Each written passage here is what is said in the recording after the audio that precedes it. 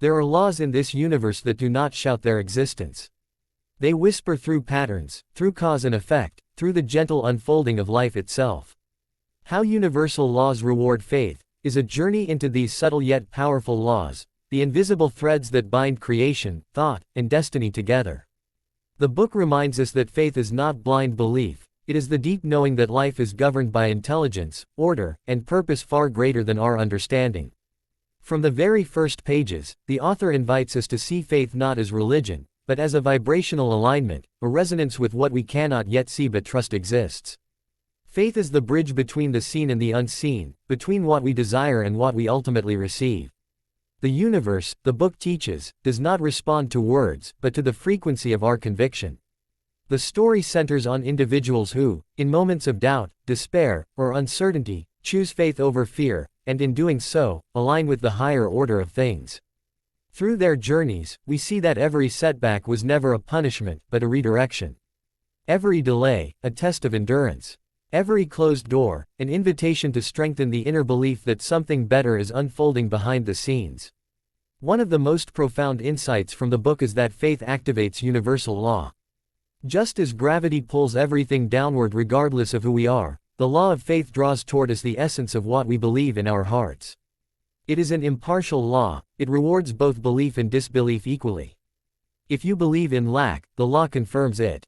If you believe in abundance, it unfolds it.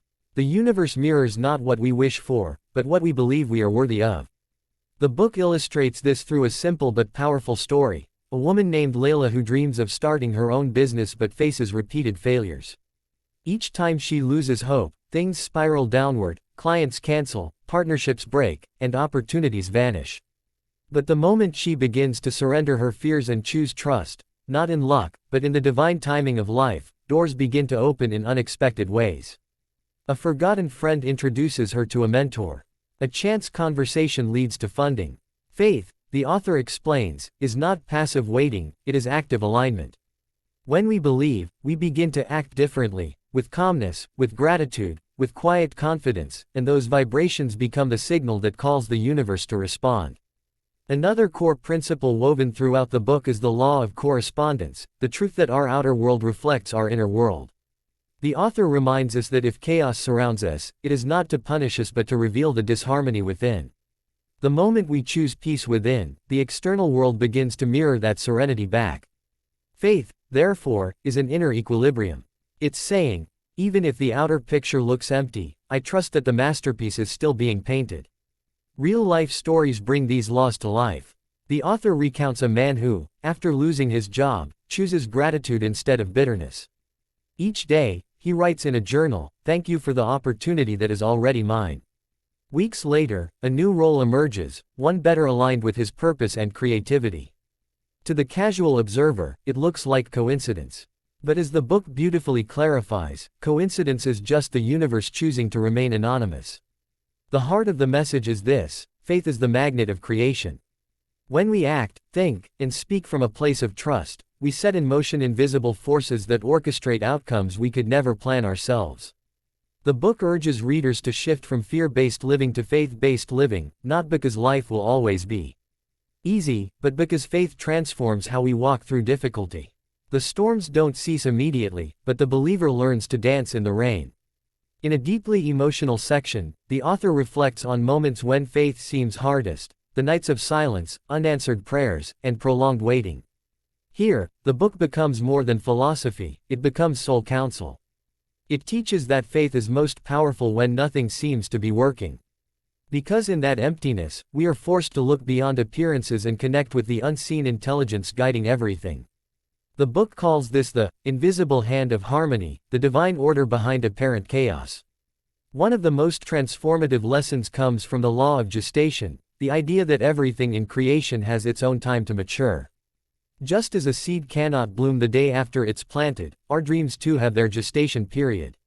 Faith is what keeps us nurturing the soil even when nothing has sprouted yet. The author compares this to a farmer who waters his field in faith, knowing the harvest will come when the season is right. He doesn't dig up the seeds to check progress, he trusts the process. Likewise, we must trust the process of our own lives. The author also delves into the law of vibration, showing how our emotions are the language through which we communicate with the universe. Worry, doubt, and fear lower our vibration, while gratitude, belief, and joy elevate it. When we hold faith, our vibration aligns with abundance, opportunity, and harmony, and life mirrors it back. In practical terms, this means living each day with the awareness that our attitude creates energetic ripples that determine what flows toward or away from us. Through compelling stories, the book teaches that those who live with faith begin to notice signs, synchronicities, guiding coincidences, inner nudges, as if the universe starts whispering confirmations. One story tells of a young artist who kept painting even when no one noticed his work. For years, his efforts seemed invisible. But one day, a gallery owner stumbled upon his art online, leading to recognition and success. Faith kept his heart open long enough for destiny to arrive. The deeper revelation here is that the universe rewards consistency, not desperation. Faith must be steady, not emotional. The author writes, "The universe listens to your vibration, not your panic." This truth pierces deep, reminding us that real faith doesn't plead, it knows. It doesn't demand, it expects. It doesn't rush, it rests. In another moving chapter, the book connects faith to forgiveness. It explains that unforgiveness blocks the flow of divine energy. To hold resentment is to tell the universe that we do not trust its justice. But when we release pain and choose peace, we reopen the channels for blessings to flow freely again. Faith, in this sense, is also surrender, not giving up, but giving over the burden of control to the wisdom that governs all things. As the narrative unfolds, we witness characters who transform not because their outer conditions change first, but because their inner posture of belief shifts. The woman who once lived in scarcity learns to bless others' success and suddenly attracts prosperity herself. The man who once sought love through effort begins to embody love through being, and relationships start flowing naturally. These transformations embody the truth that faith is not what we do to get something, it's what we become to receive it. By the end of the book, readers are invited into a quiet realization: the universe does not withhold anything. It simply reflects back the level of faith we embody. When we align with trust, gratitude, and purpose, life unfolds in harmony with us. When we resist, worry, or doubt, we disrupt that flow. The universal laws are impartial, but they are also profoundly compassionate, always guiding us back to balance when we drift away. The closing message of how universal laws reward faith is one of deep reassurance. It tells us that every unanswered prayer was never a denial but a redirection towards something better. That delays are divine pauses, spaces where we are being prepared for what we asked for. That failure is simply faith's proving ground, where our belief is refined into knowing. The book ends with the gentle reminder that the universe is not testing our faith to punish us, it is strengthening it to prepare us for expansion. As you finish reading, you don't just understand faith intellectually, you feel it. You realize that to live by faith is to live in harmony with the greatest intelligence there is. And in that alignment, every step, no matter how uncertain, becomes sacred. Every delay becomes meaningful. Every act of trust becomes a seed of divine reward. Faith, the book concludes, is not the absence of fear, it is the decision to walk forward even when fear whispers. It is the art of believing before seeing, and knowing that unseen forces are already arranging the visible outcome. In that sacred trust, miracles cease to be rare events, they become the natural rhythm of a heart in tune with the universe.